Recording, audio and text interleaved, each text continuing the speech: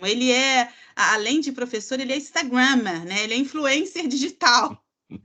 Então, também vai falar sobre experiência, principalmente, não pelo lado famoso dele, muito simples, né, mas pela experiência dele no CAU Criminal de São Paulo. Então, Thiago, te passo a palavra, já agradecendo vocês. Bom dia, Carla. Bom dia, Guilherme. Bom dia, Rogério. Bom dia a todos os colegas aí do Rio de Janeiro. É um prazer estar novamente com vocês. Me sinto muito à vontade, muito feliz de estar sempre aqui com os colegas no Rio de Janeiro. Já tive várias vezes a oportunidade de estar trocando ideias aí com os colegas, tanto na área de violência doméstica como na área de controle externo da atividade policial. São temas que eu tenho trabalhado. Bom, eu conversei com o Rogério antes da gente começar e a gente combinou de eu fazer uma abertura inicial. Eu vou tentar trazer uma parte mais conceitual, mais teórica, de direito internacional, para depois a gente ir caminhando para a Lei Maria da Penha. Vou dar uma pincelada na casuística, mas aí eu vou deixar depois para o Rogério se aprofundar nessa questão da casuística. Eu preparei aqui alguns slides para trocar com vocês. Deixa eu tentar fazer o compartilhamento. Alguém pode abrir o áudio só para me confirmar se vocês estão vendo os slides? Estamos vendo.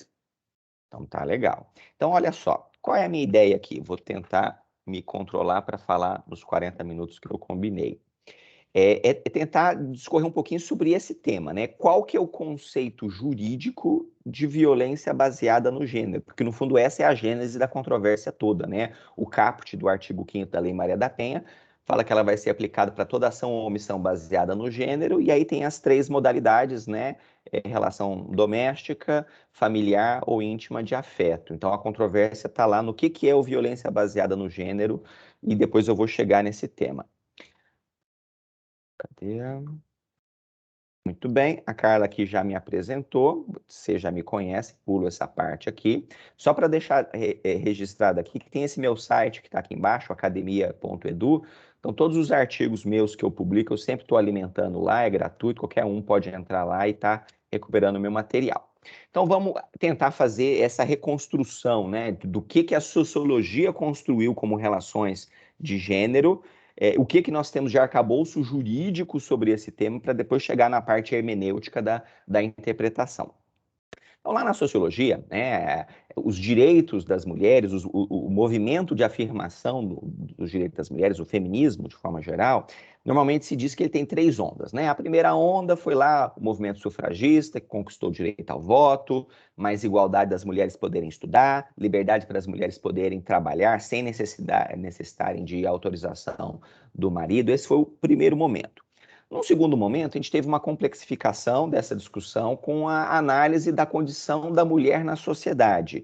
E aí tivemos os primeiros embriões, né, dessa discussão que lá na frente iria se consolidar como relações de gênero, mas que num primeiro momento ainda estava ali como estudos sobre as mulheres. E a última fase, né, que se diz que é atual, aliás, tem gente que já diz que a gente está numa quarta, mas enfim, seria uma complexificação das relações de gênero com a inserção da teoria das interseccionalidades, os estudos sobre masculinidades, e aí o amplo desenvolvimento dos estudos sobre gênero. Então, isso é em termos internacionais. Aqui no Brasil, como é que é o nosso desenvolvimento? Lá nos anos 70 e 80, a gente tinha os chamados estudos sobre as mulheres, cada um, né, com um determinado paradigma teórico de análise do problema. A Mariana Chauli falava de dominação masculina, a Eléa Safiotti falava de patriarcado. Aliás, ainda hoje a expressão patriarcado é uma expressão que é muito utilizada do ponto de vista teórico. A maioria das teóricas prefere não usar patriarcado e usar relações de gênero. São dois modelos teóricos distintos, mas ainda tem uma força muito grande a ideia de patriarcado, especialmente na perspectiva histórica, né? Esse movimento aí de 2, 3 mil anos que a gente vive de uma centralidade do homem nas relações familiares e que se projeta para a esfera pública. Já no finalzinho dos anos 90 ali, a Maria Filomena Gregori traz a ideia de jogo relacional e, portanto, a ideia de que as mulheres não são só vítimas, as mulheres reagem à violência, e aí por isso que veio a expressão mulher em situação de violência, porque ela criticava a ideia de que a mulher é vítima da violência. A mulher não é vítima da violência, ela está numa relação violenta, e do mesmo jeito que, de forma geral, ela sofre violências, mas em alguns contextos ela reage a essa violência, ela tenta sair, ela também pratica violência para tentar se impor numa relação violenta. Então é mais uma situação complexa, um jogo relacional, do que propriamente uma ideia maniqueísta de que homens são agressores, mulheres são vítimas. Na verdade, tem uma relação complexa de violência.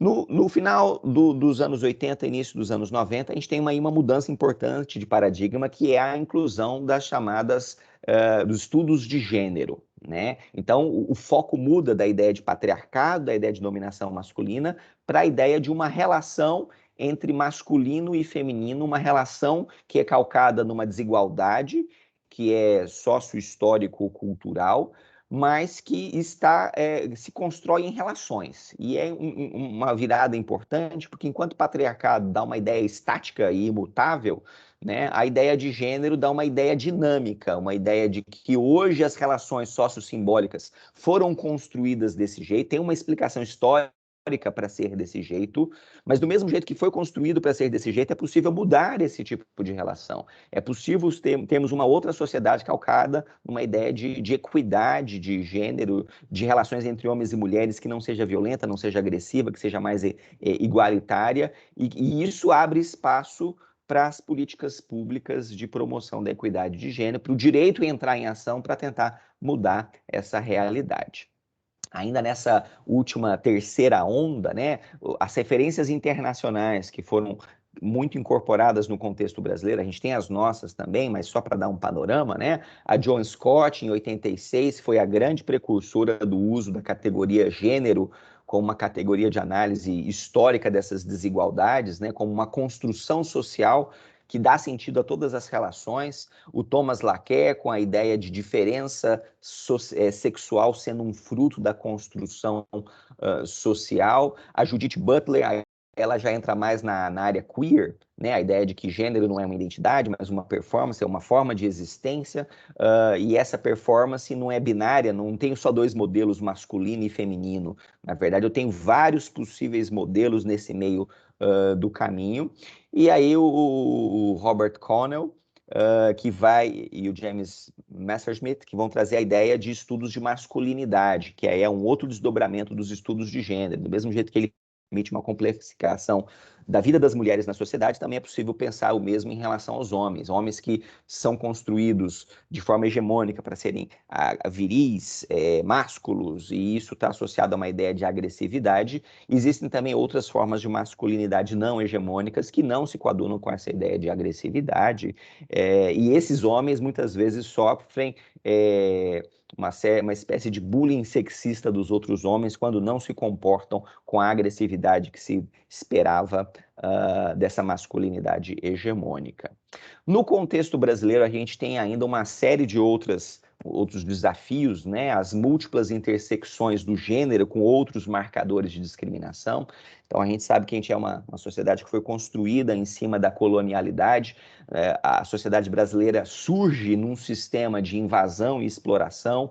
A gente tem a escravidão no contexto brasileiro, né? Pessoas livres são escravizadas lá na África, trazidas como quase que animais, como ferramenta de trabalho para o contexto brasileiro, são inseridas na nossa sociedade no extrato mais baixo das relações sociais, são construídas, né, nas relações intersubjetivas como seres que não são humanos, são seres desumanizados, são ferramenta de trabalho, né? E, portanto, essa nossa sociedade que se constrói em cima da exploração, da desumanização, tem como consequência necessária a produção de violência, né? Aliás, não é à toa que a América Latina é a região do mundo com a maior quantidade de homicídios. Se a gente vê o quadro geral de homicídios do mundo, a América Latina está disparada como a região do mundo que tem mais homicídios. Por que a gente é uma sociedade tão violenta? Porque a gente tem uma história que explica essa nossa formação, né? Como diria lá o Nilo Batista, né? As matrizes ibéricas do nosso direito penal também bebem dessa colonialidade, desse racismo estrutural. Então vamos lá, né? Dentro desse conjunto de estudos sobre violência baseada no gênero, e isso é importante trazer, quando a Lei Maria da Penha, no artigo 5º, fala sobre ação ou omissão baseada no gênero, a Lei Maria da Penha não está criando um conceito que é totalmente novo. Pode ser novo para o direito, certamente. Esse é o grande avanço da Lei Maria da Penha, trazer para o direito essa reflexão sobre gênero. Mas já há uma sedimentação lá na sociologia, na psicologia, nas ciências sociais, sobre relações de gênero. Então o direito precisa, a atividade hermenêutica precisa se abrir para os outros campos do conhecimento, para trazer os insumos desse campo para a construção da solução jurídica. Isso que eu estou falando não é nenhuma a aberração, quer dizer, a hermenêutica jurídica ela precisa se alimentar da economia, da sociologia, da psicologia, enfim, das ciências médicas, das engenharias, conforme o caso, para que a solução do direito faça sentido à realidade social. Né? O Friedrich Miller e vários outros já caminhavam nesse sentido de que a hermenêutica jurídica precisa dialogar com as outras ciências para se legitimar enquanto uma ciência minimamente racional. Então vamos lá. Lá na sociologia, quais são as características básicas da chamada violência baseada no gênero? A ação ou omissão baseada no gênero. Então, primeiro, a violência baseada no gênero ela é invisível. Por definição, ela é invisível. Por que ela é invisível? Porque ela deriva de uma naturalização cultural de diferenças biológicas. Então, eu tenho na natureza o sexo, né? Regra geral, os seres humanos nascem machos ou fêmeas. E falo regra geral porque mesmo a natureza de vez em quando tem alguma complexidade, tem as chamadas pessoas intersexo, né? Mas isso é residual. Regra geral é macho ou fêmea. Mas a partir dessa divisão sexual, eu construo papéis sociais que são atribuídos ao que significa ser macho na sociedade, o que significa ser uma fêmea na sociedade. E a cultura, né, enquanto substrato que atribui sentido a todas as relações do ser humano, ela naturaliza esses valores que atribuem papéis sociais ao masculino e ao feminino. Como isso é naturalizado e a gente aprende desde quando a gente é criancinha e durante toda a nossa vida, e todas as nossas relações sociais são permeadas por esses valores, as relações de gênero se tornam invisíveis. As pessoas não percebem que estão atuando a partir de estereótipos que diferenciam homens e mulheres, porque aquilo parece ser tão natural que a pessoa nem se dá conta de que ela está reproduzindo aqueles estereótipos que são sexistas. Então, primeira característica que é importante aqui para a nossa discussão é a invisibilidade. Segundo, né, a violência baseada no gênero ela é estrutural. Ela permeia todas as relações sociais em todos os níveis. Né? Tudo que a gente faz, se eu me relaciono com uma outra pessoa, eu me relaciono com uma pessoa que tem sexo e eu trato a outra pessoa com quem eu estou me relacionando a partir do sexo. Né? A única possibilidade de eu não tratar a pessoa de acordo com o sexo é eu não saber qual é o sexo daquela pessoa. Quer dizer, eu estou tendo um atendimento de telemarketing por WhatsApp e a pessoa responde, eu não sei se é homem ou se é mulher. Tudo bem. Mas a partir do instante que a pessoa se identifica, ó, meu nome é Daniel, eu já trato como se fosse homem. Ó, meu nome é Daniela, eu já trato como se fosse mulher, e isso permeia todas as relações. Só para dar um exemplo, né? Tem um estudo lá nos Estados Unidos que vai analisar como que as juízas da Corte Suprema nos Estados Unidos, né, quando são homens, são menos interrompidos. Quando são mulheres, elas são muito mais interrompidas durante os diálogos do que os homens. Quer dizer, até a juíza, né, a ministra da Corte Suprema, Justice, como eles chamam, né, nos Estados Unidos, pelo fato de ser mulher, é tratada como mulher. Então, a mais poderosa até a mais simples, todas elas têm, em maior ou menor nível, alguma influência dessas relações de gênero. Terceira característica, né? A violência baseada no gênero, ela legitima privilégios. A relação de gênero, a relação entre masculino e feminino, não é uma relação igualitária. É uma relação que é calcada na diferença, é uma relação que é calcada na atribuição de poder ao masculino e na atribuição de submissão ao papel feminino. E isso se espraia sobre as várias áreas da vida social e reduz o acesso a direito às mulheres, reduz o acesso à educação, reduz o acesso à saúde, reduz o acesso ao trabalho, reduz o acesso à assistência social, à precarização da existência feminina e vai também produzir outras formas de violência na esfera privada. Quarta característica, a violência baseada no gênero, ela é psicologicamente interiorizada. Quer dizer, como nós somos homens e mulheres socializados numa sociedade que partilha desses valores, Homens e mulheres interiorizam o que significa se comportar como homem e o que significa se comportar como mulher, né? E cria aquilo que o Michel Foucault chama de dispositivos de controle. Ou seja, chega um determinado momento que ninguém precisa chegar para uma mulher e falar: olha, você tem que cuidar dos seus filhos, você tem que cuidar dos seus maridos, você precisa sacrificar a sua carreira profissional para ficar dentro de casa. Olha, você tem que ter um relacionamento amoroso, porque se ninguém te amar, você não vai existir enquanto mulher. Ninguém precisa falar isso para a mulher, porque desde criancinha ela interiorizou esses valores. Então, quando acontece uma situação que ela está colocada em xeque, ela mesma se culpabiliza pelo fato de não estar cumprindo aquele papel que se esperava de uma mulher na sociedade. E o homem é a mesma coisa. Ninguém precisa chegar para o homem e falar assim: seja macho, vai lá e se afirme, use a força para afirmar a sua virilidade, a sua masculinidade. Não aceite ela terminar a relação com você. Pratique lá uma violência para reafirmar que você é homem de verdade, senão vão te chamar de corno manso. Ninguém precisa falar isso para o homem, porque ele também já interiorizou esses valores, né? E aí a Valesca Zanella, colega minha aqui da Universidade de Brasília, vai dizer que para as mulheres eu tenho o dispositivo amoroso e o dispositivo materno, né? A ideia de que a mulher tem que estar num relacionamento afetivo para existir, por isso que é tão importante para as mulheres não perderem o relacionamento. O homem, se ele perder essa, ele já está ali na esquina arranjando outra. Mas a mulher é essencial ela estar numa relação afetiva, né? É questão de existência para ela.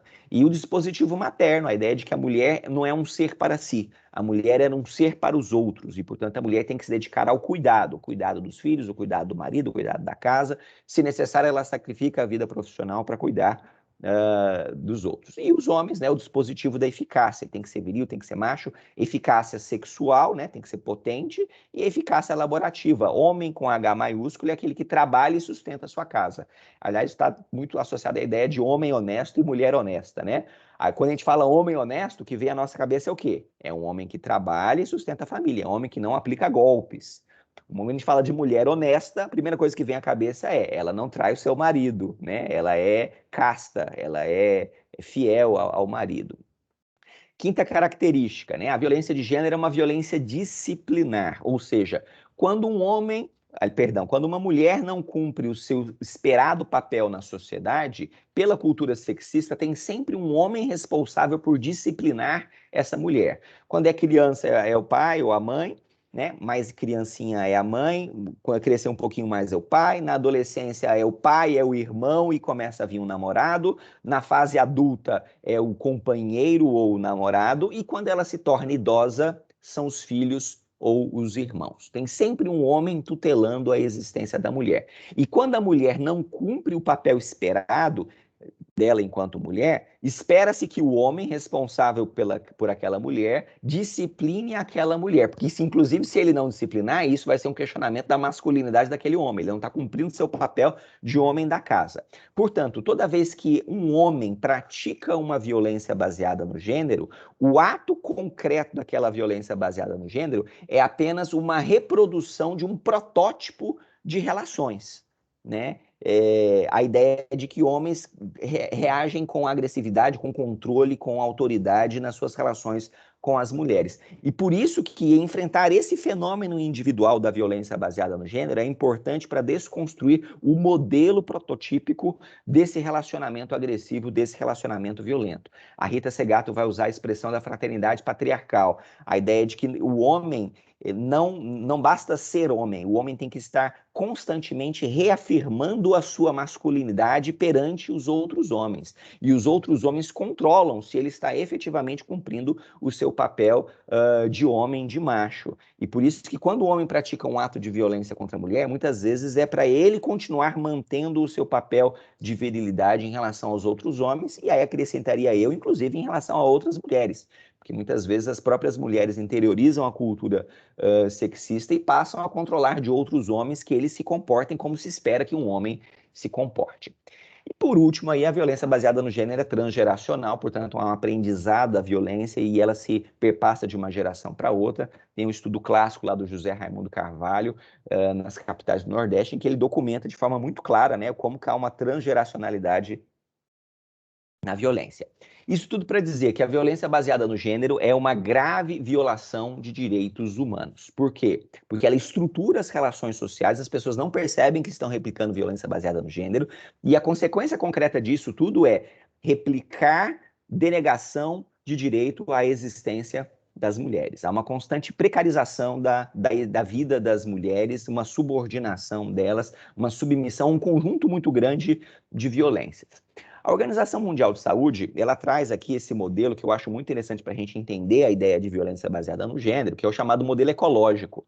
Isso se aplica para diversos outros níveis, outros tipos de violências também, mas tem uma aplicação muito importante aqui para a violência doméstica e familiar.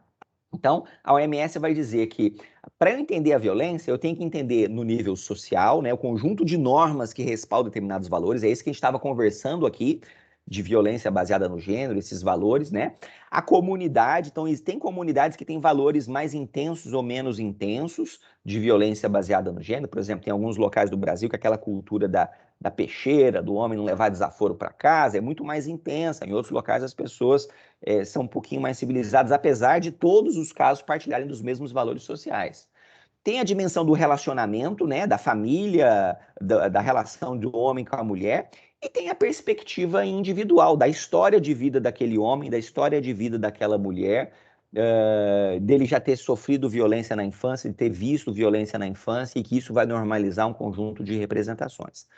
A violência baseada no gênero permeia todos esses níveis das relações sociais.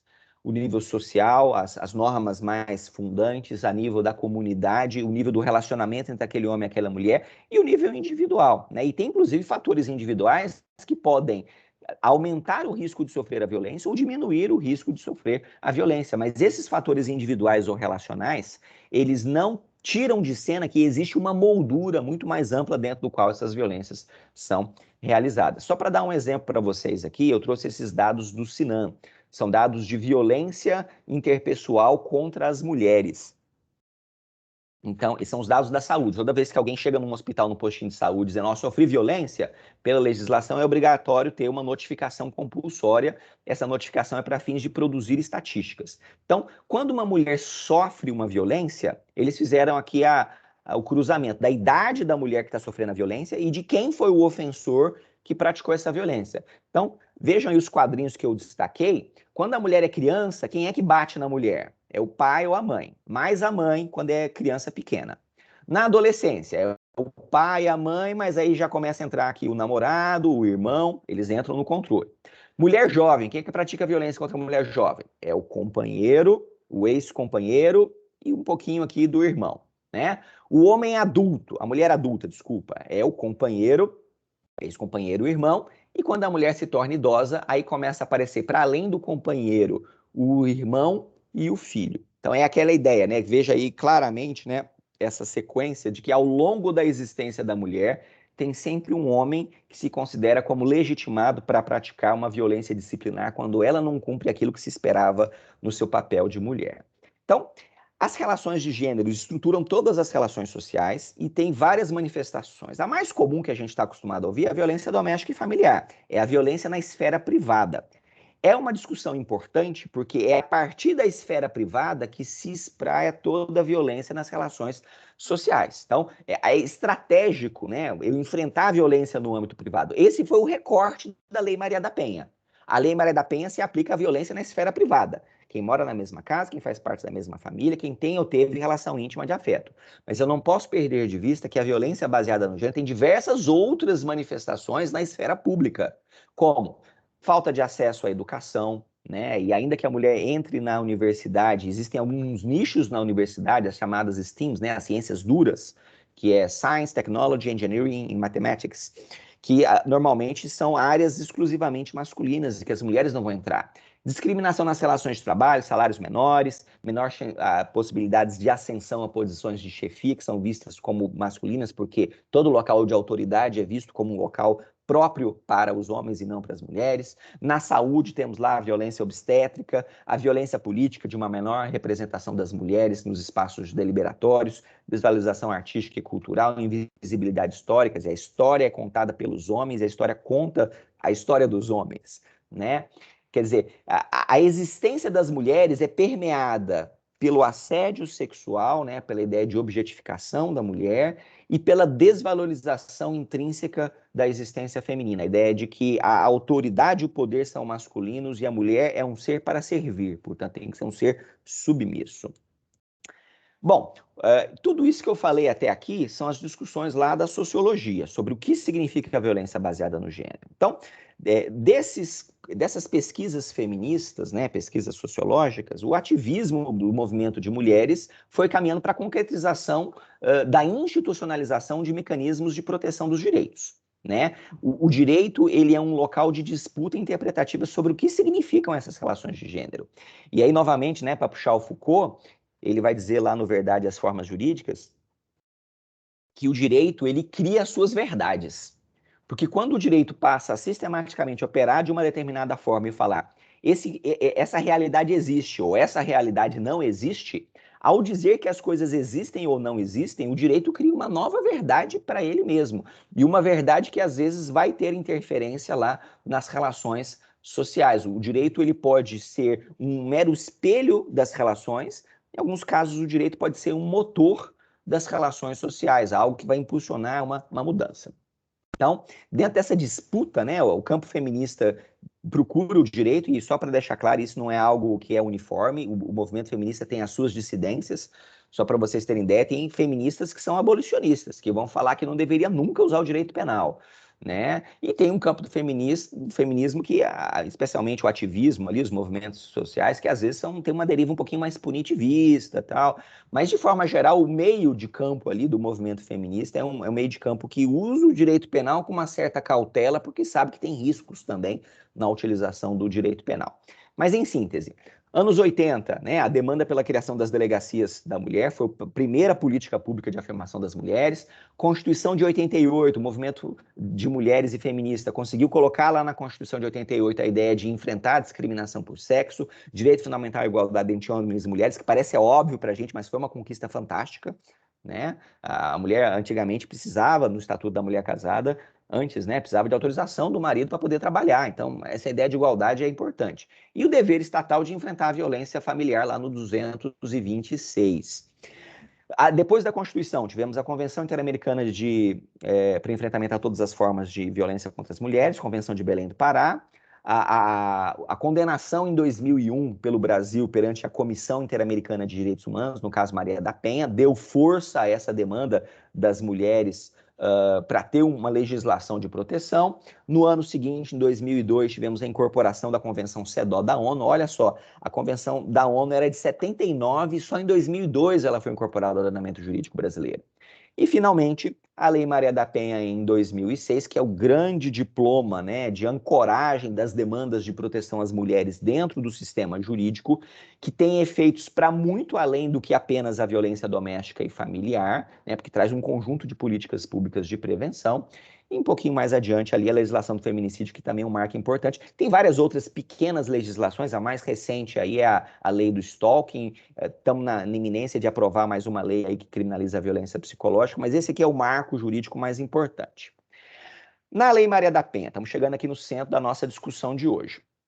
O artigo 4º, ele é importante porque ele vai falar que na interpretação dessa lei são considerados os fins sociais a que ela se destina e especialmente as condições peculiares das mulheres em situação de violência doméstica. Então dá uma diretriz hermenêutica para a lei inteira. Como que eu interpreto a legislação? Duas coisas. Tem que levar em consideração a condição das mulheres, então eu tenho que olhar para os fatos, eu tenho que olhar para a sociologia, e eu tenho que olhar os fins sociais, ou seja, qual é o programa político subjacente à edição dessa norma. Quais são os fatos e quais são os valores, para depois eu chegar em quais são as normas, para lembrar lá do Miguel Reale, né?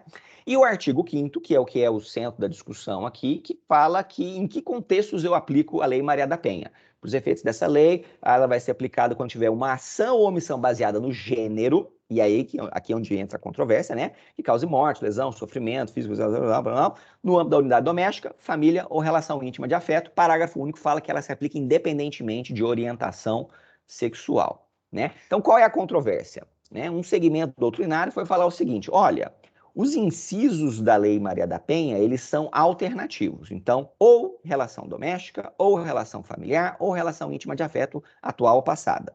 Mas o caput traz mais um requisito, que é a ação ou omissão baseada no gênero. E que essa ação ou omissão baseada no gênero, eu tenho que analisar se, no caso concreto, ela está ou não está presente na violência, na relação doméstica, na relação familiar, na relação íntima de afeto. Essa é uma corrente interpretativa, né? Vou chegar lá nesse ponto, vou só fazer um parênteses para ir para o direito internacional, depois eu volto para esse dispositivo, mas isso aqui é só para delimitar o meu tema. A maioria da literatura feminista sobre esse tema vai reconhecer, e aí eu cito aqui a Carmen Campos, que a Lei Maria da Penha é um ponto de ancoragem feminista no direito. Ou seja, antes da Lei Maria da Penha, não havia nada no direito que falasse sobre relações de gênero. A Lei Maria da Penha trouxe para dentro do direito a discussão sobre relações de gênero. E essa discussão está no caput do artigo 5º. Essa palavra aqui, essa expressão, ação ou omissão baseada no gênero, foi a primeira vez que o direito falou sobre relações de gênero. Esse é o grande potencial da Lei Maria da Penha, né? Abrir a discussão do direito para toda uma discussão que já vinha há muito tempo se consolidando lá na sociologia, nos estudos sociais. Mas, ao mesmo tempo, acabou hoje se tornando o grande calcanhar de Aquiles. E aí, daqui a pouco, eu vou chegar lá, né? Para quem é da sociologia, não faz sentido nenhum essa nossa discussão. Para a sociologia, toda e qualquer forma de violência doméstica e familiar contra a mulher é uma violência baseada no gênero. Porque quando mulheres sofrem violência dentro de casa, na família, do companheiro, por alguém que mora na mesma casa com ela, não tem como eu dissociar essa violência de todas as relações sociais e comunitárias que moldam aquelas relações sociais. Esse homem e essa mulher foram socializados numa sociedade que normaliza a violência contra as mulheres. E aí cito aqui a Lia Zanota Machado, né, que ela vai claramente dizer, olha, o que a lei exige é que seja uma mulher a vítima e que essa violência aconteça por alguém que mora na mesma casa, que faz parte da mesma família, que tenha ou teve uma relação íntima de afeto. Ponto. É isso que está na lei. Não há restrições que não seja a vítima ser do sexo feminino, né? Então, por esse segmento, né, e eu digo para vocês que todo o campo de movimento feminista que ensejou a Lei Maria da Penha tem essa visão que eu estou falando para vocês aqui agora, que não faz sentido pedir para o judiciário analisar no caso concreto se tem ou não tem violência baseada no gênero. Na verdade, a lei está dizendo que essa é uma forma de violência baseada no gênero. O programa normativo subjacente à Lei Maria da Penha tem como ponto de partida que a violência doméstica e familiar é uma forma de violência baseada no gênero, né? Então, o caput do artigo 5º, que ele está dizendo aqui para vocês é, juristas, acordem, pela primeira vez eu estou trazendo algo novo para vocês. Existe violência baseada no gênero. E as formas dessa violência baseada no gênero que vão aplicar a Lei Maria da Penha são o doméstico, familiar e o íntimo de afeto. O problema, né, é que o direito, ele traz, né, essas categorias de outros campos, mas o direito tem vida própria. E aí, daqui a pouco, o direito começa a dar um outro sentido a ideia de violência baseada no gênero, que não tem nada a ver com a sociologia, né? Tem uma vida própria dentro do direito. E aí o STJ começou a entender que não basta que a violência seja contra uma mulher numa relação familiar, doméstica ou de afetividade. Eu tenho que analisar se, no caso concreto, houve ou não houve violência baseada no gênero. E aí começa a criar conceitos que não estão na lei. Eu tenho que demonstrar uma situação de vulnerabilidade ou hipossuficiência. Em algum lugar da Lei Maria da Penha, ela falou de vulnerabilidade ou hipossuficiência? Isso não está escrito em canto nenhum da Lei Maria da Penha, mas aí o direito inventa suas categorias, porque importou isso lá do direito do trabalho, do direito do consumidor. Lá eu falo de hipossuficiência e de vulnerabilidade. Mas, curiosamente, ninguém exige que eu comprove que o trabalhador é hipossuficiente. Ninguém exige que eu comprove que o consumidor é hipossuficiente. Eu tenho como ponto de partida que se é trabalhador, se é consumidor, é hipossuficiente naquela relação. Mas aí para violência doméstica, não. Agora eu tenho que comprovar se a mulher é ou não é vulnerável ou hipossuficiente. E aí isso, tem várias pesquisas documentando, né? Tem criado uma jurisprudência dos tribunais que tem sido extremamente restritiva do âmbito de aplicação da Lei Maria da Penha, e começa a trazer o efeito exatamente oposto que era a intenção da lei. A intenção da lei era dar visibilidade à existência de violência baseada no gênero.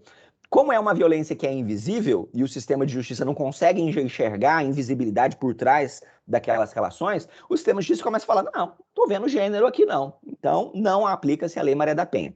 Quais são as tendências dessa jurisprudência? Primeiro, exigência de prova concreta de vulnerabilidade, hipossuficiência, hierarquização, dominação da mulher, dependência financeira. Se não está provado isso, então não aplica a Lei Maria da Penha. Toda vez que tem um conflito colateral, aquele ato de violência doméstica familiar, não é mais violência baseada no gênero. Então, por exemplo, conflito patrimonial. Se tem disputa de herança, disputa da partilha do patrimônio do casal, já não é mais violência baseada no gênero. Conflitos familiares. Se tem conflito de guarda, visita, pensão, exercício do poder familiar, não é mais violência baseada no gênero, é conflito familiar. Se eu tenho alguma presença de fator de risco, o homem usa álcool ou drogas, tem algum transtorno mental, a mulher tem uma deficiência, pronto, já não é mais violência baseada no gênero. É o filho drogado que está praticando violência contra a mãe idosa. O problema são as drogas, o problema não é o gênero, né? Mulheres idosas ou crianças, não é mais violência no gênero, é porque a mulher é idosa, não é porque ela é mulher, é porque é uma adolescente, é porque é uma criança, não é porque é mulher. Né? Se ele pratica violência no mesmo ato, ele pratica contra uma mulher e contra um homem. Aí já vem alguém para falar, olha, o homem também sofreu a violência, então não é uma violência baseada no gênero. Quando todo o centro da Lei Maria da Penha não é o agressor, o centro da Lei Maria da Penha é a vítima, e o centro não é a relação individual, o centro são as relações sociais que moldam aquele tipo de manifestação de uma determinada violência. E qual que é a consequência disso? Eu indefiro as medidas protetivas de urgência, porque não é violência baseada no gênero. Eu restringo a possibilidade da mulher ter acesso a um sistema protetivo que vai evitar a revitimização dela nas interações com a polícia, com o sistema de justiça. E lá no limite, qual que é a consequência disso? Se o direito toda hora está falando isso não é gênero, isso não é gênero, isso não é gênero, o direito está invisibilizando a violência baseada no gênero e criando aquilo lá que Foucault chamou das verdades jurídicas que se dissociam da realidade dos fatos, uma realidade paralela que só existe no direito. E aí, só para dar o limite, né? No começo da fala aqui, a Carla falou, não, gente, violência por parceiro íntimo, isso está tranquilo, né? Todo mundo sabe que isso é violência baseada. Vamos discutir as outras que são controvertidas. Olha, por onde passa um boi, passa uma boiada. Depois que eu abro a porta de que eu tenho que analisar se no caso concreto tem ou não tem violência baseada no gênero, o judiciário não tem mais limites. Então trago aqui, né, jurisprudência do mês de abril desse ano, aqui do Tribunal de Justiça, violência praticada pelo ex-companheiro contra a ex-companheira, né, bateu nela, deu uma surra nela, porque falou, essa casa aqui é minha. Eu construí enquanto a gente estava morando junto, mas quem construiu sou eu. Eu trabalhava, você ficava em casa, você é à toa. Então, a casa é só minha. Se você não sair da casa, eu vou te matar. E aí vai lá e dá uma surra na mulher. A mulher pede medida protetiva, o que é que o judiciário fala? Indefira a medida protetiva, porque não é violência baseada no gênero. Isso aqui é um conflito com um ex-companheiro por disputas patrimoniais. É um conflito colateral, não tem nenhuma relação com a discriminação histórica que as mulheres sofrem no contexto brasileiro e com a maior dificuldade que essa mulher vai ter de encontrar algum tipo de proteção. Né? Então, eu sei que muita gente muito boa, lá no começo da lei, falou, olha, eu tenho que analisar se é ou não é a violência baseada no gênero. Né? E isso lá na frente gerou, na minha visão, com todo respeito, um monstrengo de jurisprudência, porque eu começo agora a pedir que o judiciário enxergue o que é invisível e, se não enxergar, que tenha a liberdade de denegar os direitos das mulheres. É um perigo gravíssimo, seríssimo, né? Como é que eu construo, né, um conceito jurídico de violência baseada no gênero? Então, o meu ponto central aqui é que a interpretação da Lei Maria da Penha não pode ser dissociada de outras normas jurídicas que estão em vigor no contexto brasileiro e que moldam a interpretação sistemática, e mais do que isso, uma interpretação conforme à moldura constitucional e dos tratados internacionais de direitos humanos que têm estatura de norma constitucional ou infraconstitucional, mas enfim, acima da legislação ordinária. Então, qual é essa moldura do direito internacional? Estou chegando aqui no limite do meu tempo, vou tentar acelerar. Então, temos a jurisprudência da Corte Interamericana de Direitos Humanos, né? Tem também a jurisprudência da Corte Europeia de Direitos Humanos, que não se aplica diretamente ao contexto brasileiro, mas já tem uma sedimentação no direito internacional, que as decisões de cortes internacionais, a CID toda hora cita o TED como precedente para suas decisões, então diretamente não é aplicável, mas indiretamente influencia o sistema do direito internacional. E temos também as recomendações de comitês vinculados ao monitoramento de tratados internacionais, que no contexto brasileiro tem 2 que são importantes. A gente é signatário da Convenção CEDAW da ONU e da Convenção de Belém do Pará. Na Convenção CEDAW da ONU tem um comitê CEDAW, que monitora essa convenção, e na Convenção de Belém do Pará tem o MESECV, que é o Mecanismo de Seguimento da Convenção de Belém do Pará, de violência contra as mulheres, que é vinculado à Comissão Interamericana de Mulheres, que está expressamente prevista lá na Convenção de Belém do Pará, no artigo 11 da Convenção, que ela pode acionar a Corte Interamericana de Direitos Humanos. Então, ela monitora também, ao lado da Comissão Interamericana de Direitos Humanos, o MESECV monitora o implementamento dessa comissão. Então, existe norma lá na Convenção de Viena, que é uma outra convenção, que diz o seguinte: na interpretação dos tratados internacionais, eu devo levar em consideração o direito internacional consuetudinário, assim entendido como os documentos produzidos pelos organismos de direito internacional. Então, as recomendações do Comitê CEDAW e as recomendações do MESECV fazem parte do direito internacional consuetudinário e, portanto, moldam a interpretação sistemática do direito internacional. Então, eu não posso simplesmente dizer, é só uma recomendação de um organismozinho. Não, essa recomendação integra o jus cogens do direito internacional, e o direito internacional, por se tratar de tratados internacionais de direitos humanos, está acima da legislação infraconstitucional brasileira, e, portanto, toda a interpretação da legislação tem que levar em consideração essas diretrizes de direito internacional. Quais são as diretrizes de direito internacional sobre o conceito jurídico de violência baseada no gênero? Então, o Comitê CEDAW tem 3 recomendações importantes, a 19, a 33 e a 35. A recomendação 19, de 92, é importantíssima, porque é um dos primeiros documentos internacionais que expressamente fala sobre violência baseada no gênero. E como que essa violência baseada no gênero é conceituada? Item 11. Violência baseada no gênero são as atitudes tradicionais pelas quais as mulheres são vistas como subordinadas aos homens ou tendo papéis estereotipados, fomentando práticas envolvendo violência e coerção, tais quais a violência familiar, os casamentos forçados, a morte de viúvas, ataques de ácido, circuncisão feminina. Então, veja, pela legislação internacional, a violência familiar, ela de cara, de partida, ela é um exemplo de violência baseada no gênero.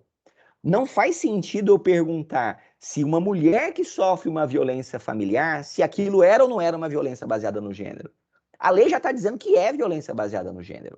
O item 23. A violência familiar é uma das formas mais insidiosas de violência contra as mulheres. É prevalente na sociedade, no âmbito das relações familiares. Todas as mulheres são submetidas a um risco mais intenso de sofrerem violência nas relações familiares. O item 24b. Os Estados-membros devem assegurar que as leis relacionadas à violência familiar, estupro, violência sexual, sejam adequadas à proteção das mulheres. Ou seja, eu tenho uma diretriz internacional que, se eu estou falando de violência nas relações de família, nas relações de afeto, nas relações domésticas, isso é violência baseada no gênero, né? Recomendação 33 lá do Comitê CEDAW da ONU.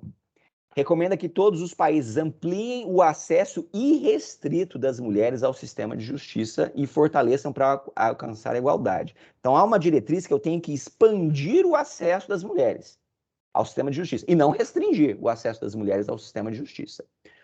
Item 47C.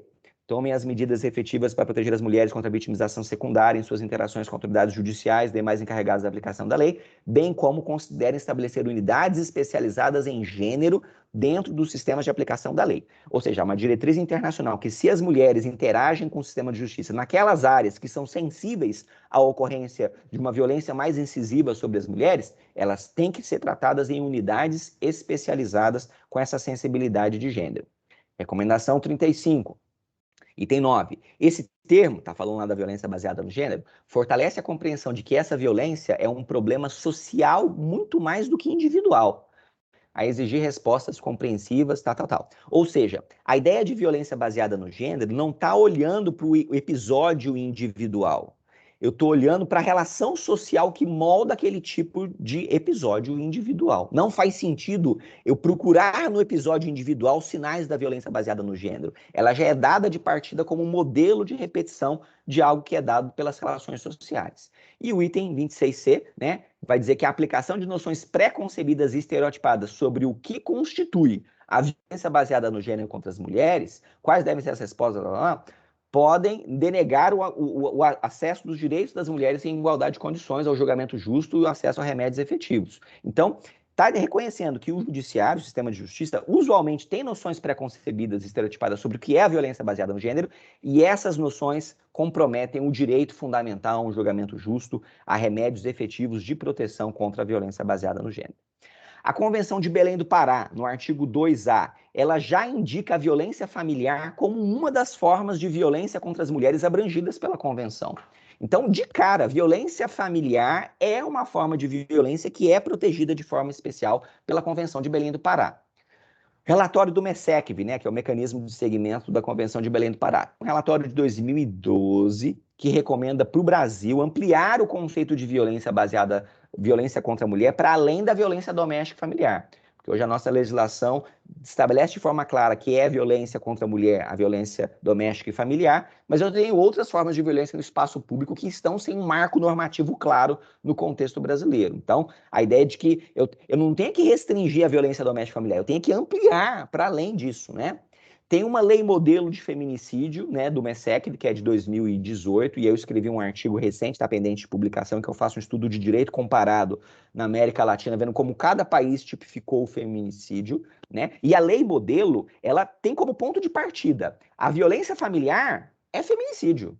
Eu não tenho que ficar discutindo motivação especial, contexto especial. Não, violência familiar é feminicídio. E além da violência familiar, eu tenho outros contextos, que aliás eu acho que é um dos desafios nossos no Brasil, é dar densidade normativa ao contexto de feminicídio não íntimo. É algo que ainda está meio esquecido lá, a gente tem que avançar. Mas outros países, inclusive, trazem uma lista de exemplos, de situações concretas em que é feminicídio fora das relações íntimas de afeto. E só para dar um exemplo que eu acho que é o mais interessante, mais possível de aplicação no contexto brasileiro, é a morte decorrente do rival de gangue. Eu tenho duas gangues. Aí o chefe dessa gangue pega lá o chefe da outra gangue e, em vez de matar o cara, ele vai matar a esposa do cara. Porque matar a esposa do cara é uma forma de ofender a virilidade dele. É falar, olha, você não foi homem o suficiente nem para proteger a sua mulher. Então, essa mulher que é assassinada pelo rival da gangue porque o companheiro dela está envolvido lá no crime organizado, isso é uma forma de violência baseada no gênero, inclusive decisões da Corte Interamericana de Direitos Humanos, dizendo que, nesse caso específico, há violência baseada no gênero. E aí, para fechar, né, a jurisprudência da Corte Interamericana de Direitos Humanos, claramente, em diversas decisões, tem como ponto de partida violência familiar é violência baseada no gênero. Tem que ter uma proteção diferenciada para todas as formas de violência familiar, né? Esse precedente que eu acho importante. A violação sexual constitui uma forma paradigmática de violência contra as mulheres, cujas consequências, inclusive, transcendem a pessoa da vítima. Óbvio, né? Quando tem uma violência sexual, não é só aquela mulher que sofre a violência. São todas as mulheres que sofrem a violência, porque há uma metalinguagem, há uma mensagem implícita naquele protótipo de repetição de um modelo de violência. E aí tem um conceito que eu acho importante, né? Que aí, nesse caso, a Corte Interamericana importou do Tribunal Europeu de Direitos Humanos o conceito, né? De que vai falar que o fato de a violência ser praticada especificamente contra as mulheres, ou de afetar as mulheres em maior proporção que os homens, ou ainda de terem o efeito de constituir um castigo ou uma disciplina contra as mulheres. Isso é violência baseada no gênero.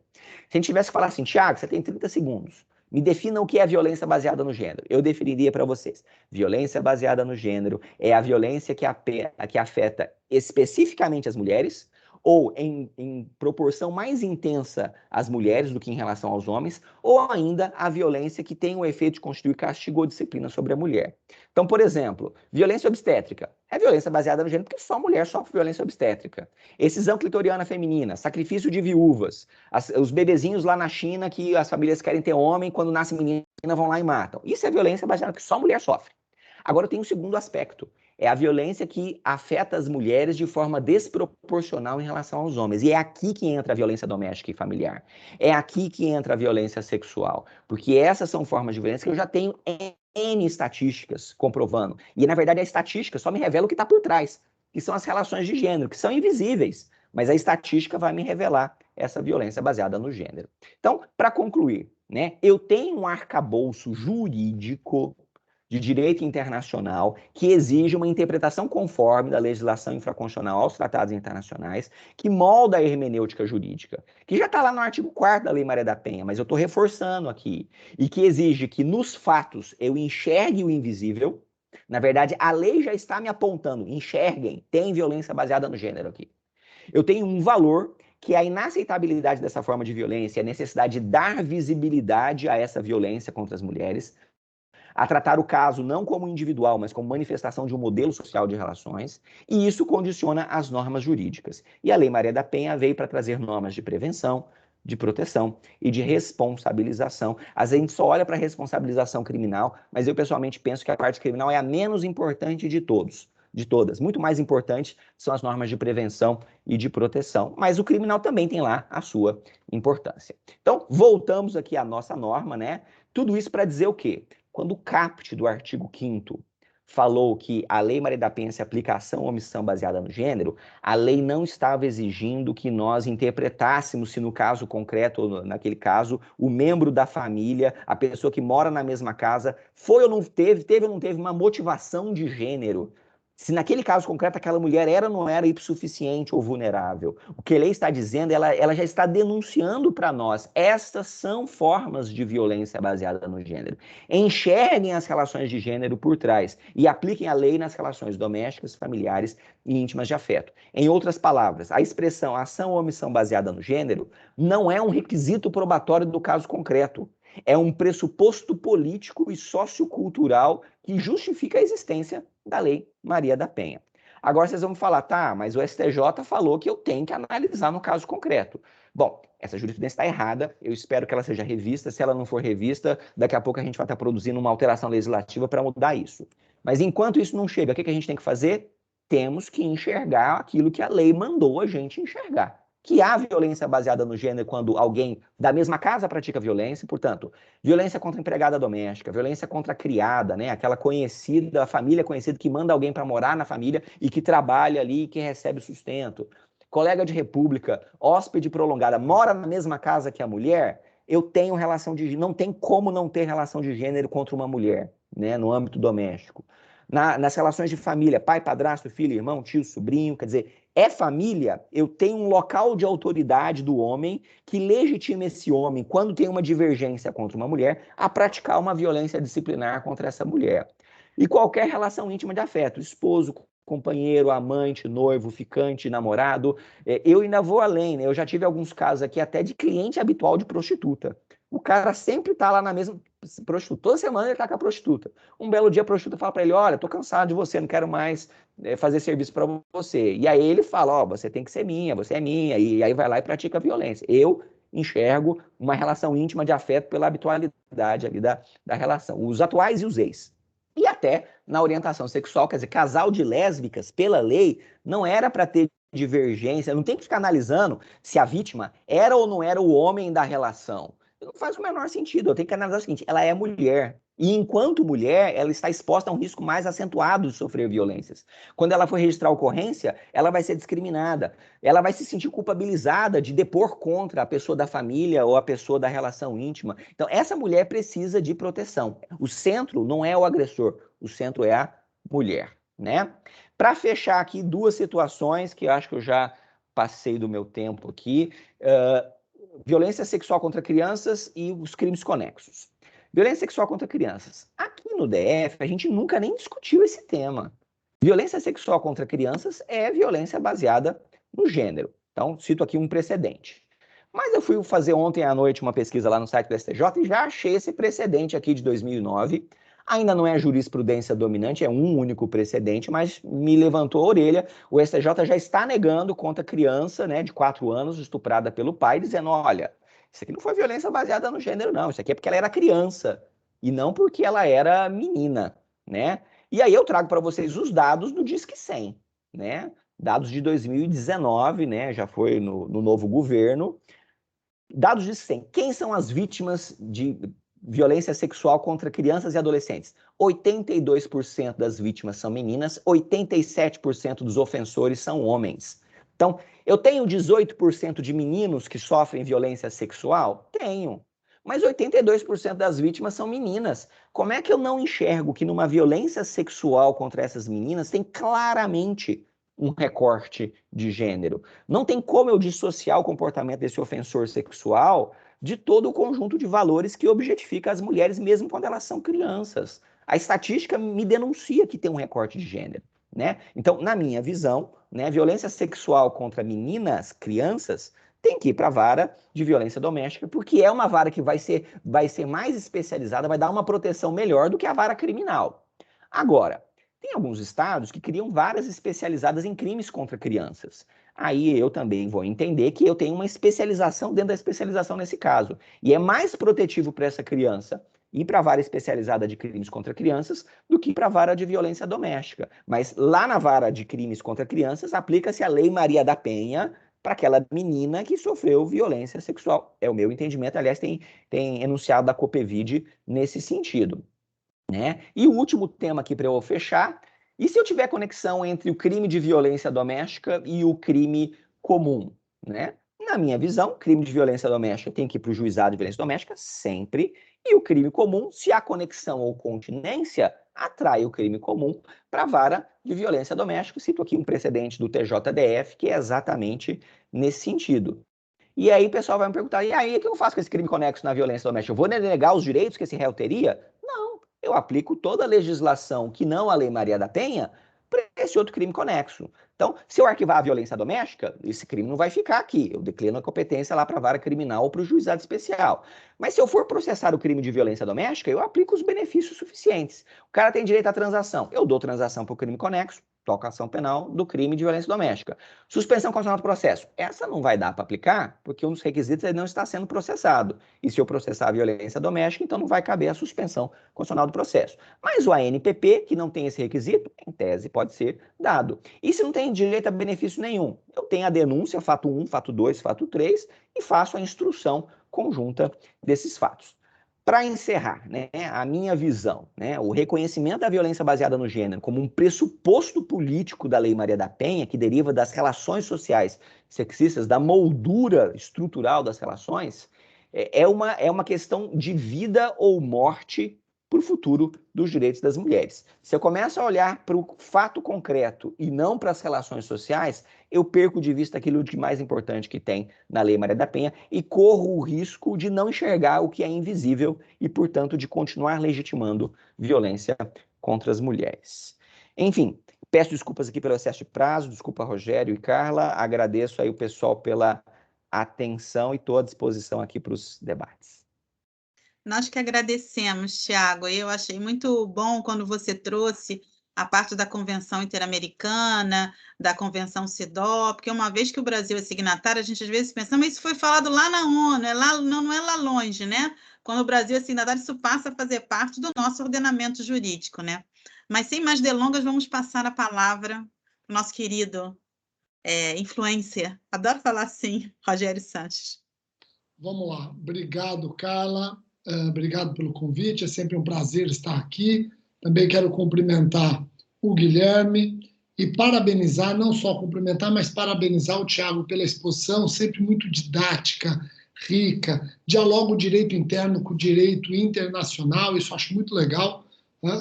Já trabalha com aquele trapézio e não mais com aquela pirâmide de Kelsen. Isso eu acho extraordinário e não poderíamos esperar uma exposição menos rica do que essa do Tiago. Agora, eu tenho algumas observações para fazer aqui, e eu parto já assumindo, e o Tiago sabe disso, eu parto já assumindo que eu sou realmente um adepto daqueles que buscam a aplicação da Lei Maria da Penha no caso concreto. E não vou dizer aqui que eu estou certo e o Tiago está errado, seria muita ousadia da minha parte. Agora, desde o início eu tenho batido nessa tecla de que é importante a violência, preconceito, menosprezo ou discriminação contra a mulher para a aplicação da Lei Maria da Penha, até para que esta lei não seja banalizada, em que pese o Tiago trazer aqui informações suficientes que o que se quer é exatamente, entre aspas, democratizá-la o máximo possível. Então, talvez a expressão que eu use, banalizá-la, é a expressão equivocada para um fenômeno que se quer, que é dar a ela a máxima hidratação e a máxima musculatura. Agora, se tiver que vingar essa tese do Tiago, eu não acho, obviamente, isso indesejável. Eu só acho que nós temos que conversar com os gregos. Como assim, Rogério? Porque essa palestra do Tiago, penso eu, ela deveria estar sendo transmitida para o Poder Judiciário, talvez não só para o Ministério Público. Porque quando você... E eu vou falar pelo Estado de São Paulo, Tiago. Vou falar pelo Estado de São Paulo. Tenho certeza que talvez eu não esteja falando para o Rio, talvez eu não esteja falando para o Distrito Federal, mas no Estado de São Paulo não há essa preocupação do Poder Judiciário em ter uma vara de violência doméstica e familiar saudável. Saudável. Por que eu digo isso? Porque são as varas mais terríveis para um juiz e um promotor trabalhar, em termos de volume de serviço e material humano.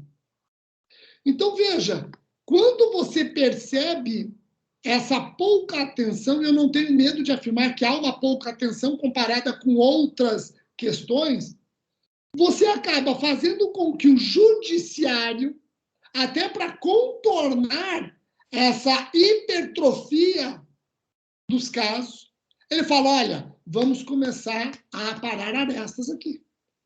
Então, não sei se o Tiago concorda comigo, mas é difícil. Ô, Tiago, se nós fôssemos aplicar ipsis litteris essa sua lição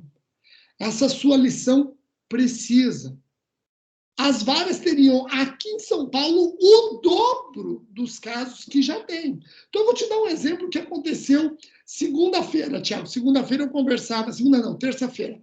Eu conversava pela assessoria do Procurador-Geral com a Corregedoria da Magistratura, do Judiciário. E a preocupação era com a vara da violência doméstica familiar de Campinas, que não é uma cidade de menor importância no estado. É uma das maiores cidades do interior. Campinas, Tiago, tem uma vara de violência doméstica, composta por um juiz.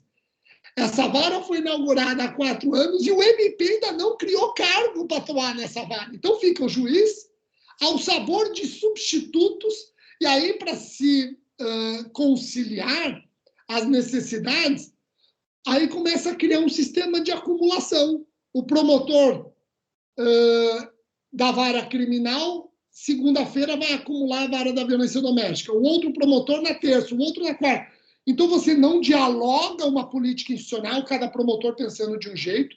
Você coloca um promotor criminal numa vara dessa, é tudo que nós não queremos, é um promotor criminal numa vara dessa. Porque eu acho que tem que ser um promotor com uma sensibilidade, é um promotor que não pode trabalhar somente com esse viés punitivista, ele tem que enxergar que ele tem ali uma violência de gênero, talvez é um promotor que nem saiba o que é isso. Então, eu estou falando isso, Tiago, talvez para justificar por que nos deparamos com essa jurisprudência restritiva, porque ela está enxergando nesse viés, nesse entendimento, uma forma de tentar desafogar. Mas daí ele joga aonde?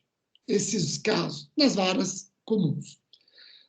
Então eu vejo muito isso, Tiago, na minha opinião. Eu acho que o Tribunal de Justiça tem que trabalhar melhor as varas da violência doméstica familiar para ser realmente uma vara da mulher, então.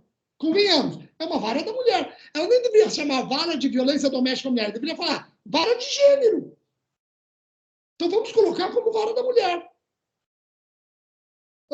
Então, isso é um detalhe que eu gostaria de chamar a atenção. Você citou uma jurisprudência de 2019, e, salvo engano, até por conta de um ex-colega seu, hoje no STJ, o ministro Rogério Schetti, em outubro, ele tem uma decisão interessante que nós aplicamos aqui em São Paulo, onde ele fala, aqui em São Paulo começou a vingar a tese de que o crime sexual contra uma menina de 5, 4 anos, 6 anos, não é um crime contra a mulher, porque ela ainda não é mulher. Então, ela ainda não tem os contornos femininos. Então, eu não posso dizer que o estuprador foi motivado por uma questão feminina. Por quê? Porque ela ainda não tem contornos femininos. Se você for analisar, tirando, obviamente, os órgãos genitais, mas morfologicamente, como você analisa assim, é o corpo de um menino. E aí o ministro Rogério Schetti falou, não, isso foi outubro de 2020. Outubro de 2020, o ministro Schetti falou, crime sexual contra a mulher, nesse contexto que nós estamos discutindo aqui, a competência da vara da violência doméstica familiar, pouco importa a idade da vítima. Pouco importa a idade da vítima. O ministro Rogério Schetti, o Thiago conhece muito melhor do que eu acho que é um dos ministros mais bem preparados da corte nestes termos, ainda que ele vem decidindo algumas questões que estão nos afligindo, e principalmente em processo penal. Ele está dando algumas respostas que o Ministério Público está ficando aflito, mas vamos esquecer esse viés de segurança pública que o ministro Schetti está complicando um pouco a nossa vida, complicando entre aspas. No âmbito da violência doméstica familiar, ele tem decisões importantíssimas, inclusive essa de outubro de 2020.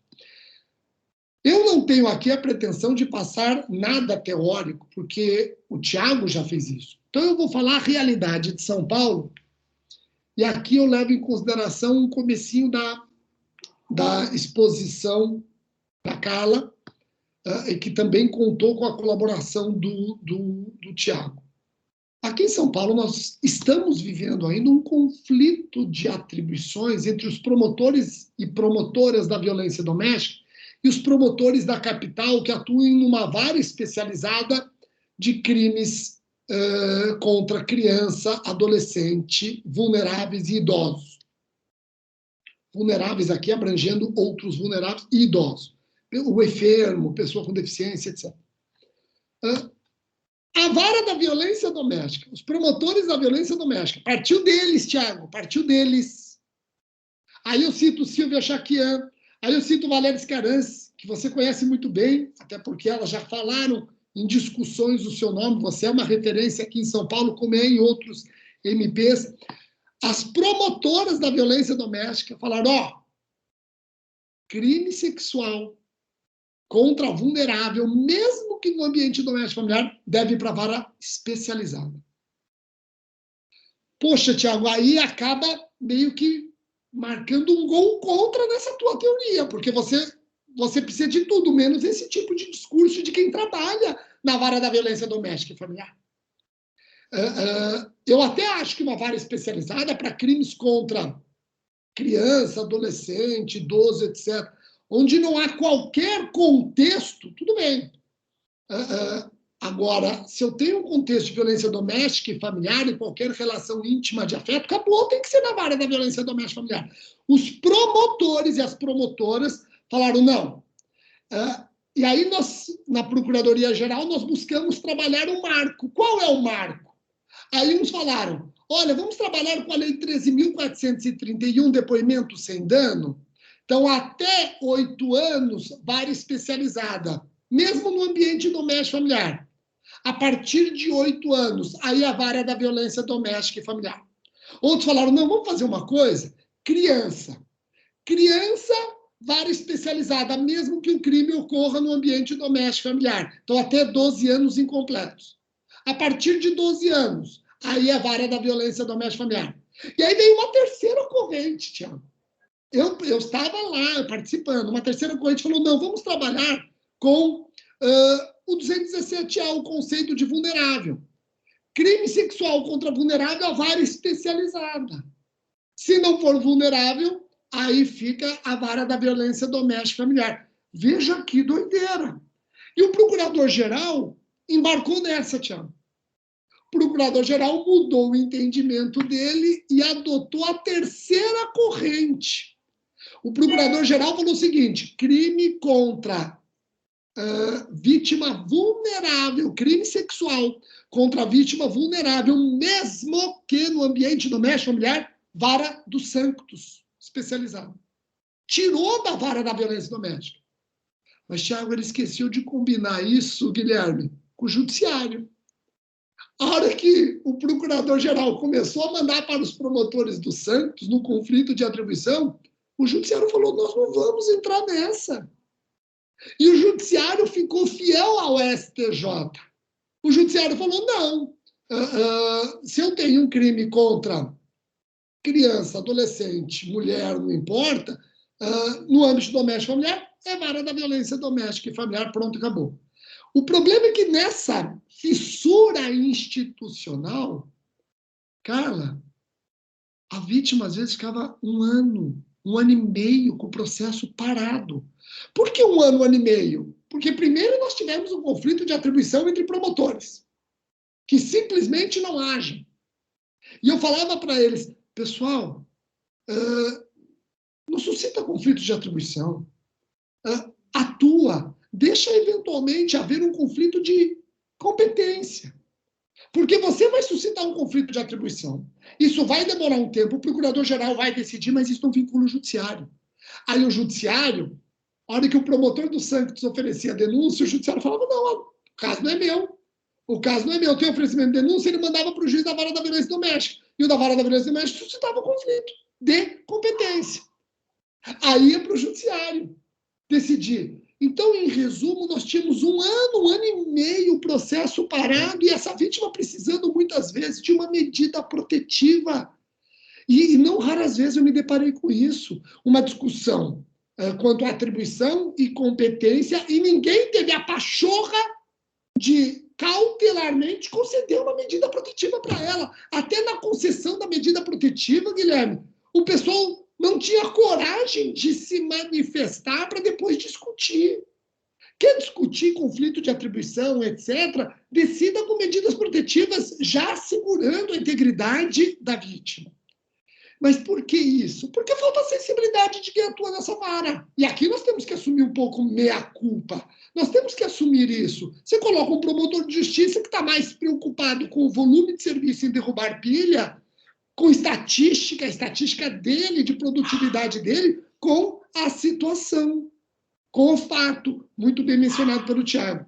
Então, hoje em São Paulo, nós nos conformamos, tá? Então, o Procurador-Geral reviu o seu posicionamento no âmbito do artigo 28, no âmbito do conflito de atribuições. Então, hoje, em São Paulo, crime cometido contra a mulher no ambiente doméstico e familiar, não importa a idade, não importa o crime, vai para a vara da violência doméstica e familiar e a vara especializada fica com crimes fora deste contexto, mas trabalhando essa visão um pouco mais restritiva que o Tiago criticou, tem que haver a violência de gênero, e a violência de gênero aqui, ela divorcia um pouco do que o Tiago bem explicou, a violência de gênero aqui exige o menosprezo, discriminação, o preconceito quanto ao sexo.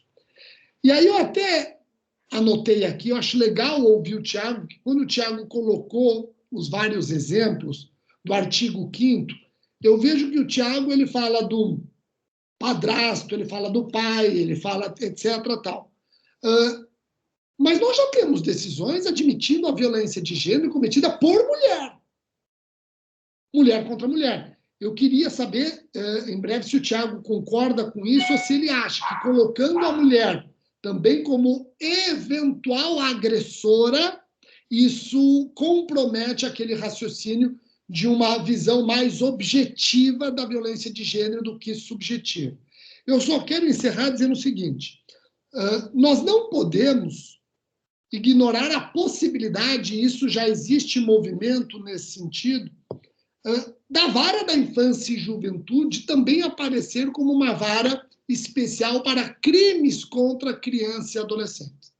Já tem um movimento nesse sentido, o STJ chegou a negar no primeiro momento, o STF também, mas depois as cortes superiores estão começando a dizer o quê? Você quer que a vara da violência, você quer que a vara da infância e juventude julgue crimes contra crianças e adolescentes, crimes sexuais, por exemplo, altere a lei de organização judiciária. Então, a lei de organização judiciária, se entender pertinente, pode prever esta competência para a vara da infância e juventude. E aqui é uma questão interessante, né? O importante é que fique numa vara, ao fim e ao cabo, é importante que fique numa vara que tenha condições de não tratar o tema somente sob o aspecto punitivo, mas principalmente assistencial. Principalmente assistencial, que tenha uma preocupação na não vitimização secundária, buscando impedir a revitimização. E aqui em São Paulo, cria-se vara de violência doméstica e familiar, mas sem a estrutura que deve ter esta vara, sem as equipes multidisciplinares e por aí vai. E eu quero apenas alertar que agora o promotor da vara da violência doméstica, promotor que atua com violência doméstica familiar, ele ganha uma importante missão, né, Tiago? Março, Guilherme, março de todo ano, nós temos que criar a Semana da Consciência contra a Violência Doméstica e Familiar contra a Mulher. Esta semana, ela vai, eu digo, não vai recomendar, ela vai exigir desse promotor criatividade. Palestras em escolas, atividades em estabelecimentos de ensino. Para quê? Para trabalhar a questão da violência de gênero no campo estudantil. E aí eu até aconselho aos promotores que consigam o WhatsApp do Tiago e peçam esse material que ele expôs hoje, que já está pronto. Não é verdade? Já está pronto, é só fazer a exposição. Bom, então eu trago essa visão do MP de São Paulo. Eu anotei aqui várias coisas que eu ia comentar, mas o Tiago já se adiantou e muito bem, seria uma enfadonha repetição. Acho que vai ser mais saudável colocar para o debate, mas eu gostaria que eu comece, se possível, sabendo do Tiago o que ele acha dessa jurisprudência que traz a mulher também como potencial sujeito ativo de violência de gênero contra a mulher, e se isso ele acha que pode ou não enfraquecer essa visão objetiva da violência de gênero. Carla, muito obrigado outra vez e me coloco à disposição para eventuais perguntas. Eu que agradeço, Rogério. E Rogério já seguiu, né, provocando o Tiago para responder. Mas antes, Tiago, eu só queria dar a palavra para o Guilherme, porque ele é do CAU criminal. Então, vai dar aqui a outra visão, né, o meu contraponto. Mas depois você, se puder, responder o Rogério, e daí a gente segue no debate. Primeiro, queria parabenizar o Tiago e o Rogério, foram duas exposições brilhantes. E ainda bem que o evento aqui está sendo gravado, porque vai possibilitar não só a gente assistir de novo, mas também os colegas que não tiveram a oportunidade de assistir, que eles possam ter acesso a essa palestra que foi brilhante. Eu fiquei ouvindo aqui atentamente e algumas coisas até me chamaram a atenção, principalmente no aspecto da fala do Tiago, que se a minha compreensão estiver errada, enfim, me avise. Mas eu acho que essas interpretações da jurisprudência, colocando exigências que não estão na lei, elas, na verdade, elas não estão protegendo ninguém. Na verdade, elas estão propagando a violência de gênero. Né? Na medida em que você vai inviabilizando a lei, você vai dificultando a aplicação da lei, você vai propagando a violência de gênero e não, na verdade, combatendo ela. Né? Então, achei muito interessante essa exposição, a cronologia da jurisprudência, que, na verdade, traz até um aspecto mediúnico para o operador do direito, porque ele tem que saber qual é a intenção do sujeito, uma coisa que às vezes nem o sujeito mesmo vai conseguir dizer, o operador do direito vai ter que saber ali se ele tinha a intenção, se era porque era mulher ou se era porque era criança. E nisso a gente vai afastando a aplicação da lei. Então, achei muito interessante esse aspecto. O Rogério trouxe uma realidade de São Paulo que é bem parecida com a realidade do Rio de Janeiro. Os promotores aqui eles estão com muitas divergências e discussões, muitas dúvidas acerca das atribuições, né? De quem é que faz essa parte de violência doméstica. Eu mesmo já me deparei várias vezes com essa hipótese e pedi ao juízo que suscitasse conflito de jurisprudência, de competência, na verdade, né? E todos esses conflitos foram julgados improcedentes, no sentido de que não era caso de violência doméstica. Todas essas relações colaterais entre irmão, avô, enfim, todas essas que não fossem marido, mulher, companheiro, companheira, namorado e namorada.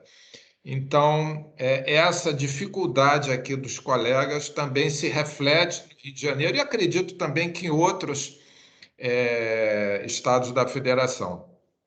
E aí, essa fala do Rogério, na verdade, que as varas estão explodindo, né, de fato, talvez, aí isso é só, vou lançar uma ideia aqui, é que há uma certa, começa a ter visibilidade o que era invisível, né?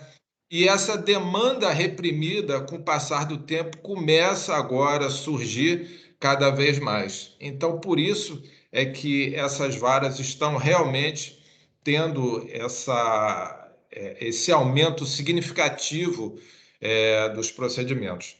Essa foi a minha percepção das palestras. Gostei muito, os dois estão de parabéns, excelente. E queria passar a palavra ao Tiago para ele poder trazer a visão dele sobre esse questionamento do Rogério acerca da mulher também ser a agressora nessa relação de gênero. Obrigado, então, Guilherme. Obrigado, Rogério. Gostei muito aqui das colocações de todos, me instigaram bastante. Gostei também da observação do Rogério aí sobre a situação de Campinas. Aliás, eu sou natural de Campinas, minha família, parentes moram lá, então fico um pouco triste de saber que a situação está tão caótica por aqueles lados lá. Bom, eu anotei aqui 4 Deixa temas. eu te falar uma coisa, Thiago, desculpa, Diga. só para você saber. 1.100 audiências, porque o juiz da vara, que já se promoveu, se recusava a fazer audiência virtual, está com 1.100 audiências para serem realizadas. O Tribunal de Justiça teve que criar uma força-tarefa de juízes, então ele colocou 4 juízes. Você imagina que isso é uma força-tarefa para derrubar pilha, não para resolver problema, Thiago. E eles estão entrando em contato com o MP, para o MP também fazer uma força-tarefa. Então, olha, quando eu vejo força-tarefa, convenhamos, essa força-tarefa é para derrubar pilha, é para derrubar a pauta. E aí, isso significa pouca atenção para o fato. É nesse sentido que eu falo para você, nós inchamos a vara, e aí a mulher, de repente, para ela, a pior coisa é ter o caso dela na vara da violência doméstica familiar, é melhor ir para a vara comum. Vai ser mais rápido, vai ter mais atenção. É o famoso mentirão judiciário, né? Então vamos lá. O primeiro ponto que o Rogério levantou aqui, né? A explicação dessa jurisprudência restritiva, uma espécie de legítima defesa da vara, né? Tipo assim, ó, tô com a vara cheia de processos, então como é que eu defendo a minha vara dessa enxurrada de processos? Eu encolho o âmbito de aplicação da lei, que eu vou ter menos processos. Bom, a minha colocação aqui é a seguinte: eu acho que a gente tem que resolver o problema olhando para os princípios. Se eu perco de vista, né, a principiologia que deveria informar a decisão, eu corro o risco de ter decisões que sejam contraditórias. Então, na perspectiva das diretrizes constitucionais sobre o enfrentamento da violência contra as mulheres, as diretrizes de direito internacional, da diretriz da Lei Maria da Penha, que a Lei Maria da Penha não foi uma lei para a violência nas relações íntimas de afeto, ponto final. Ela criou um inciso 1 e um inciso 2, né? Aquilo que a professora Lia colocou no texto que eu exibi. Se não fosse para aplicar a Lei Maria da Penha para a violência familiar e para a violência de pessoas que moram na mesma casa, não tinham criado o inciso 1 e o inciso 2. Eles estão lá porque a ideia é enfrentar a violência no âmbito familiar. Eu discordaria um pouquinho só do Rogério, talvez, de não seria em todas as formas de violência de gênero, porque, na verdade, eu tenho outras violências de gênero na esfera pública. E essas a lei claramente não colocou. Então, por exemplo, estupro de desconhecido em via pública. Isso é violência de gênero, mas não para Maria da Penha. Assédio sexual no trabalho, na universidade, é violência de gênero. Mas se não tem relação íntima de afeto, não cai na Maria da Penha. Então, o recorte delas são... Mas eu concordo com você aí. Aí eu concordo. Talvez eu me expressei mal, mas eu concordo, sem dúvida. Não, mas eu falo isso porque tem gente que defende que o ideal era que mesmo essas outras violências, porque são violências de gênero, também fossem para uma vara especializada. E aí a minha resposta pode até ser ideal, não sei se é ou não, mas a lei fez um recorte. Qual que é o recorte da lei? Doméstico, familiar, íntimo de afeto. Então, nesse contexto, pela legislação, tem que ir para essa vara. E aí a discussão tem que ser, na minha visão, a seguinte: o que eu tenho que analisar? São as necessidades do judiciário ou são as necessidades das mulheres que estão sofrendo violência? Esse que tem que ser o critério. E para mim não faz sentido nenhum eu desvirtuar o que está escrito na lei e que é toda a moldura constitucional e de direito internacional sobre o conceito de violência baseada no gênero, só para moldar isso a uma necessidade do judiciário de, olha, eu estou com muito processo, eu quero enxugar a vara. Na verdade, eu tenho que pensar, se eu fosse a mulher que está sofrendo violência, eu gostaria que o meu caso fosse tratado numa vara que é especializada, e não só a vara lotada de processo, mas eu tenho que pensar que aplicar a Lei Maria da Penha é inserir essa mulher num sistema de proteção. Porque se eu falo que não é violência baseada no gênero, não cabe medida protetiva de urgência. E se não cabe medida protetiva, aí você fala, não, mas ela perde uma das medidas cautelares alternativas do 319 do CPP.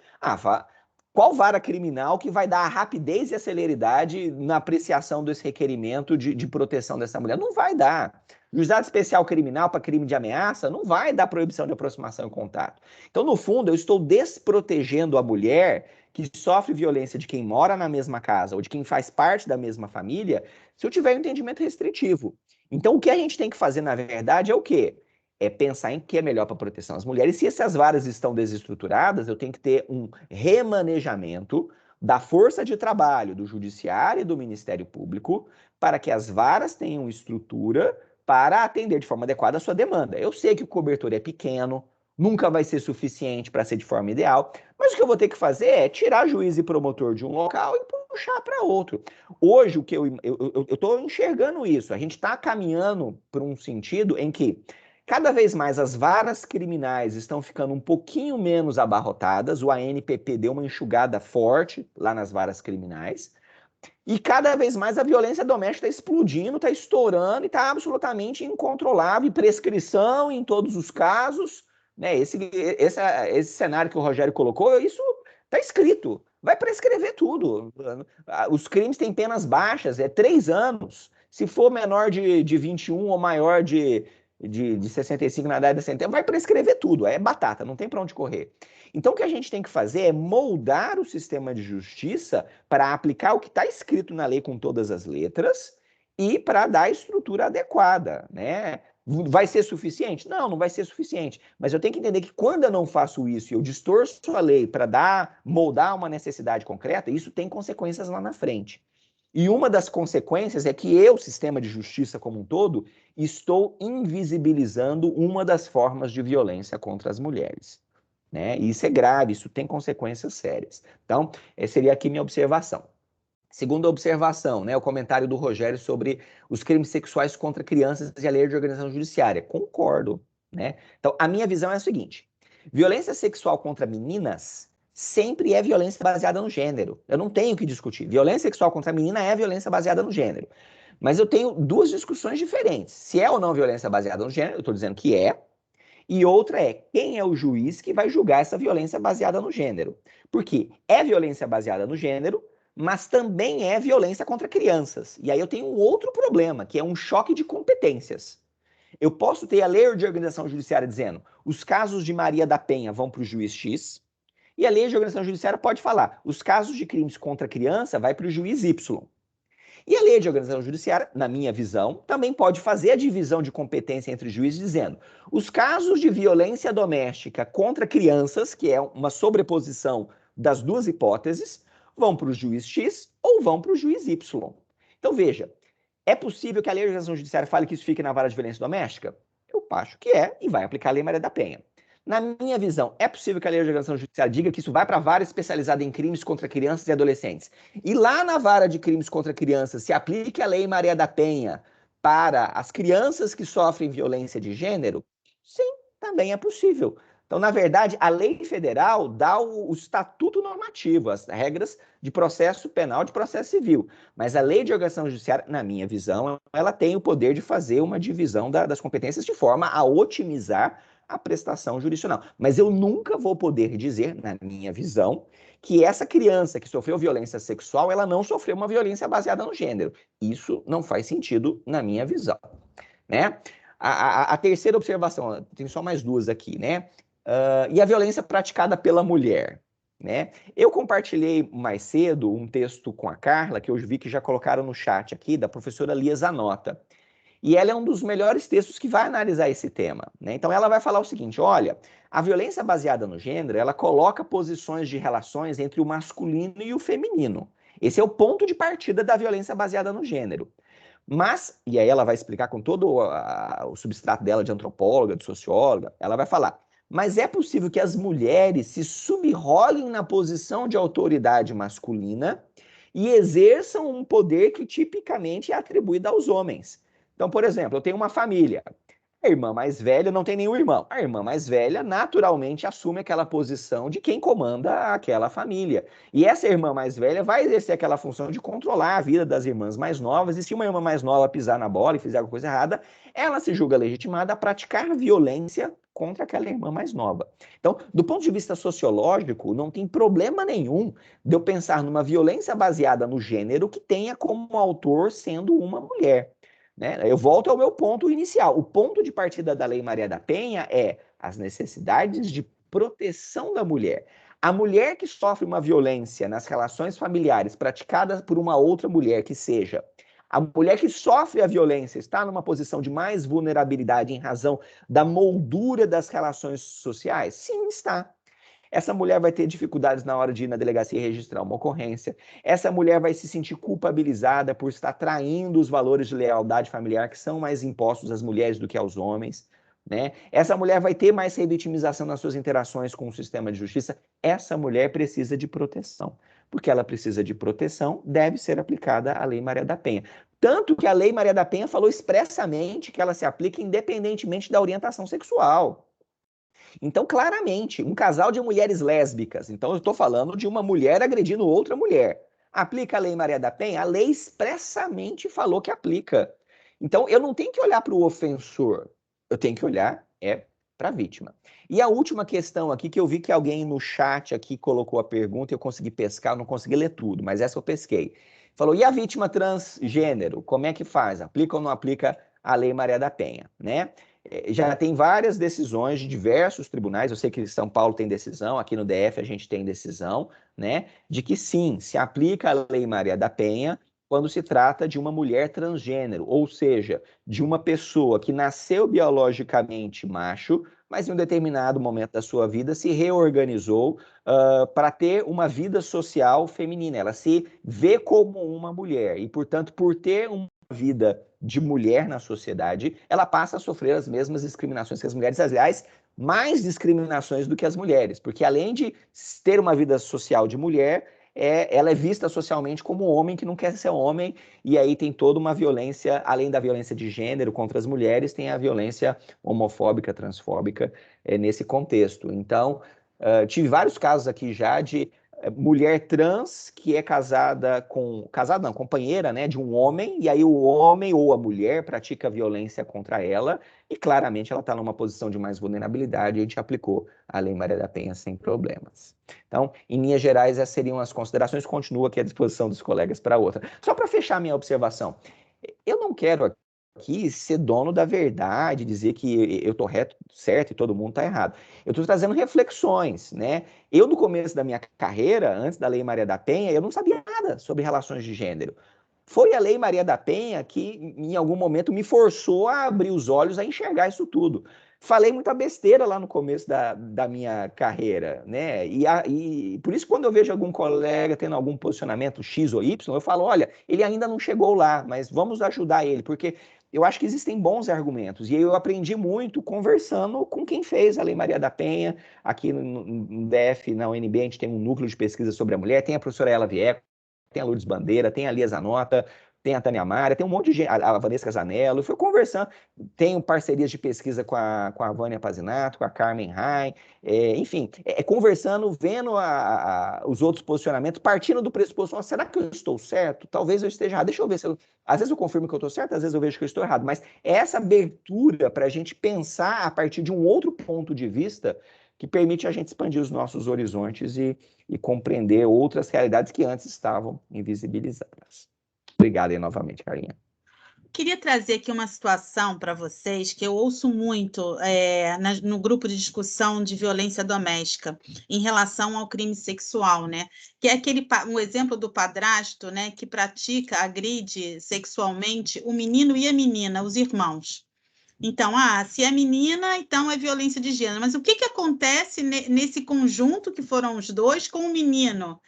Você já falou, Tiago, da conexão, enfim, mas eu queria que vocês dois falassem sobre isso, porque assim, é um dos exemplos mais falados pelos colegas. Rogério, você quer começar?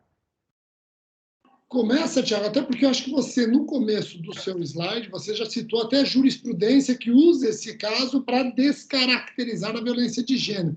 Se você quiser partir daí, aí eu tenho um caso interessante aqui, muito semelhante. Legal. Então vamos lá. Novamente, voltando aos princípios para eu resolver o meu caso concreto. Então, ponto de partida. Quando uma menina sofre violência sexual dentro de casa por uma pessoa que faz parte da sua relação íntima, isso é ou não é uma violência baseada no gênero? Então vamos para a definição. O que é violência baseada no gênero? A que afeta só as mulheres, então não é esse caso. A que afeta de forma desproporcional as mulheres, ou a que tem o sentido de correção, disciplina, tal. Então vamos lá. A violência sexual contra as meninas é uma violência que afeta desproporcionalmente as meninas do que os meninos? Sim, é. Eu já tenho estatística. Eu tenho 18% de meninos que sofrem violência sexual? Tenho. Mas 82% são as meninas. E 87% dos agressores são homens. Então, claramente, há um recorte de gênero nesse tipo de violência. Então, esquece um pouquinho o caso concreto. Vamos olhar o globo, né? O total dos casos. Violência sexual contra as meninas no ambiente doméstico é violência de gênero, estatisticamente está comprovado. Na verdade, a estatística só me revela o conjunto de relações sociais que está por trás daquele fenômeno, né? Que é a ideia de que o homem tem o poder de disponibilidade sexual sobre aqueles que estão na sua casa e que nessa ideia de que ele tem a disponibilidade sexual, as mulheres, mesmo as meninas, estão mais expostas ao risco de sofrerem a violência sexual. Essa é a regra geral. Agora o caso concreto. Tá, mas nesse caso aqui ele estuprou o menino e estuprou a menina. Foi os dois, levou os dois junto para a cama, na mesma hora. Né? E junto estuprou os dois. Ok, a violência contra a menina é uma violência baseada no gênero contra uma menina, aplica-se a Lei Maria da Penha. A violência do menino, eu até entendo que tem um recorte de gênero na violência contra o menino, a ideia da afirmação da virilidade, da masculinidade do ofensor. Mas é uma violência de gênero contra uma vítima do sexo masculino. Então, violência baseada no gênero contra a vítima do sexo masculino não aplica a Lei Maria da Penha. E aí que a gente tem que entender que existem várias outras formas de violência de gênero, inclusive contra homens. Né? Quer dizer, só para dar um exemplo, sabe aquela história de ir no bar, um olhar torto pro outro? O que você tá olhando? Tá, puxa a faca, vai lá e mata o cara. Quer dizer, esse tipo de violência, ela se dá na ideia de afirmar a masculinidade do ofensor. Se a gente for colocar uma lupa, eu vou encontrar alguma coisa de motivação de gênero na masculinidade violenta. Mas é uma violência de gênero contra uma vítima homem. Não tem nada que falar de aplicação de Lei Maria da Penha. É outra história. Aplica Código Penal para esse tipo de situação. Então, veja, a violência contra o menino não aplica a Lei Maria da Penha, a violência contra a menina aplica. Mas, tem conexão entre os dois crimes? Sim, tem conexão entre os dois crimes. Eu vou separar os casos ou eu vou reunir os casos? O CPP vai me falar que se tem conexão, eu tenho que juntar, porque a prova é a mesma, a prova de um influenciar na prova do outro. Não faz sentido eu ouvir duas vezes os dois em varas diferentes. Na vara de quem que eu vou reunir os processos? Na vara mais especializada, que é a vara da violência contra a mulher. Então, na minha visão, não faz sentido nenhum dizer que não houve violência baseada no gênero, porque um menino ou um homem também sofreu. Qual que é o outro exemplo que é muito citado, né? Briga de irmão. Né? O cara vai lá, pega a irmã, xinga a sua vadia, sua prostituta, sua vagabunda, tal, e aí ameaça ela, essa casa é minha, eu que mando aqui nesse lugar, tal. Bate na irmã, ameaça a irmã, e no mesmo contexto ele bate no irmão e ameaça no irmão. E aí vem alguém e fala, não, peraí, se ele bateu no irmão e bateu na irmã, então já não tem nada a ver com gênero, porque um homem também sofreu a violência. E aí eu estou esquecendo de colocar em perspectiva de que esse homem que bateu no irmão e bateu na irmã, ele bateu porque ele se julga com a autoridade naquela relação familiar específica, dizer, quem manda nessa relação familiar sou eu. porque eu sou homem aqui, eu sou o irmão mais velho ou algo do tipo, então eu tenho o poder de comandar. E ele comanda a mulher e comanda o outro irmão que ele tem lá. Para a irmã vai ser violência baseada no gênero, para o irmão não vai ser violência baseada no gênero, mas se for um crime com conexão, reúne os dois, na minha visão, essa seria a solução. Eu acho o seguinte, viu? Eu gosto bastante de analisar o caso concreto. Não, ainda que eu divija um pouquinho do Tiago nessa amplitude da aplicação da Lei Maria da Penha, eu não posso excluir a Lei Maria da Penha e todo o seu sistema protetivo apenas porque eu tenho como vítimas pessoas de ambos os sexos. Isso é um absurdo. Porque eu posso atuar com violência de gênero com relação à mulher e, no mesmo contexto, agredir um homem. Olha o exemplo que o Tiago deu. Ele começa chamando a mulher de vagabunda, quem manda nessa casa sou eu, etc. Então, aqui ele já tem toda uma violência, ele já está trabalhando com um ambiente de superioridade. Ainda que ele agrida um homem, pronto, eu vou aplicar a Lei Maria da Penha e o crime conexo vai para a vara especializada, vai para a vara da violência doméstica. Agora, olha o detalhe. Eu acho que o legislador, e pode até ter dedo do Tiago nisso, eu acho que o legislador pensou nisso, viu, Tiago? Então, vamos voltar para o exemplo da Carla, que, infelizmente, não é incomum. O pedófilo, ele acaba não necessariamente tendo uma atração à vítima do sexo feminino. Ele tem atração por criança. É isso que o motiva sexualmente, não importa se homem ou mulher. Bom, vamos imaginar que eu tenho uma violência contra uma criança do sexo masculino e uma criança do sexo feminino. No mesmo contexto, no mesmo lugar, leva as duas crianças para a cama, como o Tiago incrementou o exemplo da Carla. Eu vou aplicar a Lei Maria da Penha para a criança do sexo feminino, ponto. Rogério, mas não vai aplicar para a criança do sexo masculino? E o princípio da isonomia? E a proteção que deve ser igualitária? A proteção é eficiente para um, ineficiente para outro? Não, calma. Para a criança do sexo masculino, veja a Lei 13.431, uma lei que dialoga com a Lei Maria da Penha e manda aplicar medidas protetivas previstas na Lei Maria da Penha. Você não pode esquecer da alteração que existe no CPP, trazida pela Lei 12.403, que manda aplicar medida protetiva mesmo para o homem vulnerável. Tanto é que, se você descumprir medida protetiva para homem vulnerável, e que quando eu digo homem vulnerável, eu estou falando de criança, adolescente, enfermo, pessoa com deficiência, idoso, cabe prisão preventiva. Então, nós temos aqui um sistema de proteção. O fato de você não aplicar a Lei Maria da Penha para essa vítima do sexo masculino não significa que ela está desprotegida. Ela tem todo um sistema de proteção que, inclusive, copia muito a Lei Maria da Penha, faz referência à Lei Maria da Penha. Então, vamos lembrar da Lei 13.431, de 2017.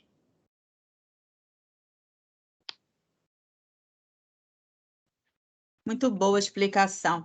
Bom, eu quero falar para os colegas que os textos que o Tiago nos forneceu e os do Rogério também, uma outra compilação que a gente fez está nesse chat do Teams, que vai continuar em aberto para a gente continuar discutindo. Eu sei que, às vezes, esse chat fica apitando o dia inteiro, mas também já ensinei para vocês como desligar essas notificações. A gente tem o nosso chat da violência doméstica, assim como o Guilherme tem o WhatsApp, para a gente continuar discutindo. Eu quero agradecer todos que estão aqui, né? Essa nossa conversa, eu acho que foi muito salutar, e vou deixar o Guilherme encerrar aqui o nosso evento. Queria agradecer a presença do Tiago e do Rogério, ilustres. Agradecer também o IERB, na figura do Leandro, que pôde proporcionar esse evento, e também a Carla, que pela parceria, que está à frente do CAU Violência Doméstica, Carla que está à frente aí dessas latruras e dessas angústias dos colegas em relação à atribuição com os criminais e os de investigação penal. Então, eu queria agradecer a todos e convidar, quem sabe, para um próximo evento para a gente continuar essa conversa que foi muito boa. Vou agradecer a todos os presentes que estão nos acompanhando. E se alguém não tiver mais nenhuma ponderação, a gente pode finalizar. Acho que ninguém tem nenhuma ponderação. Então, gente, Carla, Tiago e Rogério, um abraço a todos. Obrigado a todos que estão assistindo. Valeu, pessoal. Prazer estar com vocês. Abração para todo mundo. Obrigado, Rogério. Tchau, tchau.